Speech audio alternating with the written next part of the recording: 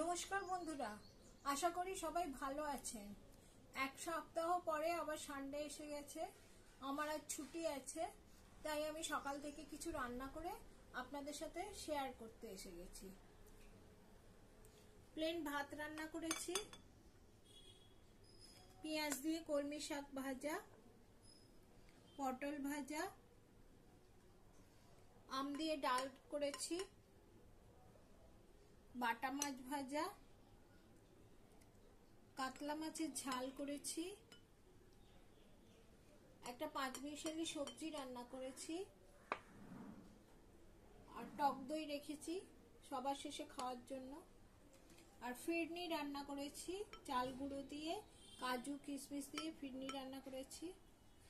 আর সবশেষে খাওয়ার জন্য স্যালাডের ডিশ রেডি করেছি, যাতে আছে শসা, পেঁয়াজ, টমেটো, কাঁচা লঙ্কা।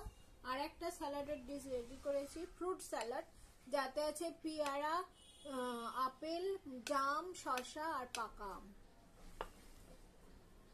নমস্কার, কেমন লাগলো জানাবেন।